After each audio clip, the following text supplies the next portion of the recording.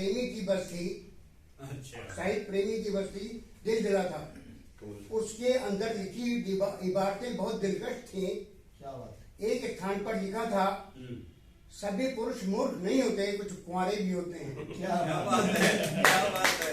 क्या बात है। उसने लिखा था, सभी पुरुष मूर्ख नहीं होते, कुछ कुंवारे भी होते हैं। मैंने पढ़ा और अपनी मूर्खता पर हंस दिया। क्या बात है। वाह, फिर मैंने दूसरी तरफ नजर दौड़ाई, वहां सुझावों भरी यह पंक्ति लिखी पाई, हर पुरुष को शादी करनी चाहिए। जी। अच्छा, हर पुरुष को शादी करनी चाहिए, दुनिया में सुख ही सब कुछ नहीं होता। क्या बात दुनिया में सुखी सब कुछ नहीं होता, सुखी सब कुछ नहीं होता। वाह, पढ़ते ही मैं दार्शनिक हो गया हाँ, और ढेर सारे विचारों में खो गया। कहते हैं शादी है पगबंधन, जी। जनाना खत्म हो जाता आदमी का पत्नी के चक्कर में, भगवंदन, और औलाद है मुखबंधन।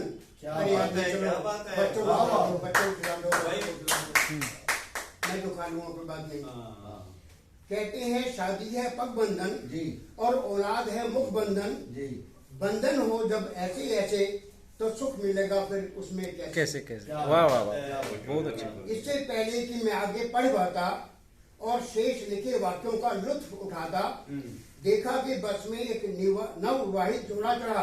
अच्छा, लेकिन पुरुष ने बैठते ही पता नहीं उससे क्या पढ़ा हाँ। कि पढ़ते ही वह बस की खिड़की ओर मुड़ा और दुल्हन को छोड़ वहां पर दौड़ पड़ा। बेतहाशा दौड़ पड़ा। क्या लिखा था? मैं सोच, अभी लंबी कहानी है।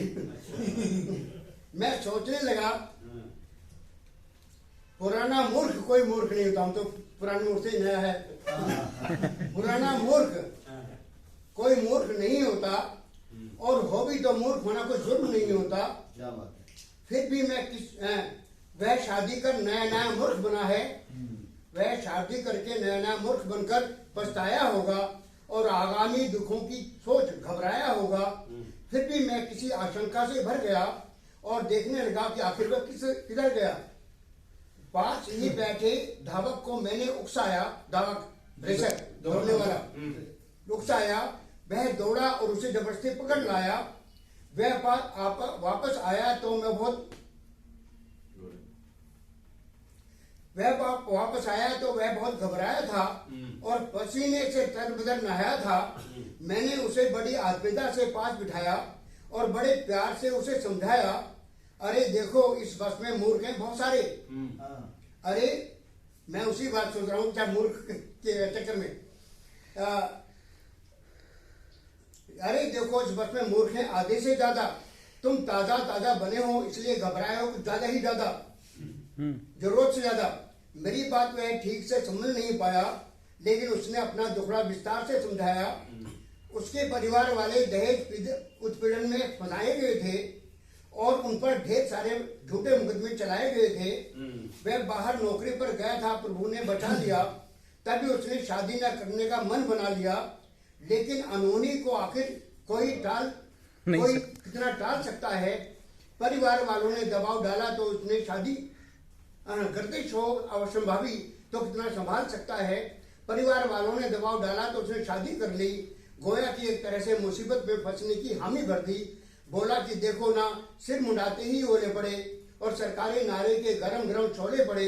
सामने लिखा है, अब देखिए कुछ गलत बढ़ गया। सामने लिखा है दुल्हन भी दहेज है।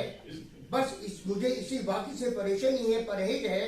परिवार के प्रकरण को याद कर मैं कांप गया था, इसलिए अपनी नई नवेली को छोड़कर भाग गया था।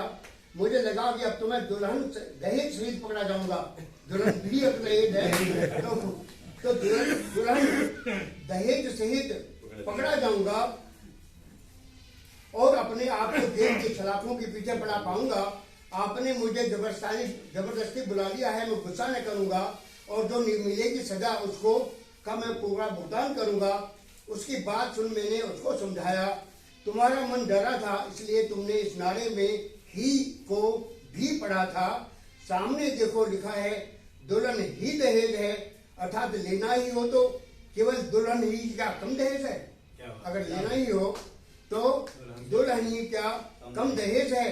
इसलिए मैंने आश्वस्त किया निश्चित हो जाइए और हंसी हंसी हंसी खुशी दुल्हन सहित अपने घर जाइए।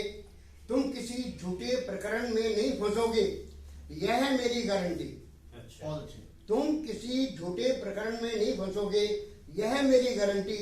हाँ, मूर्ख नहीं कहलाओगे, सुख से जी पाओगे, नहीं है मेरी गारंटी, नहीं है मेरी गारंटी, नहीं है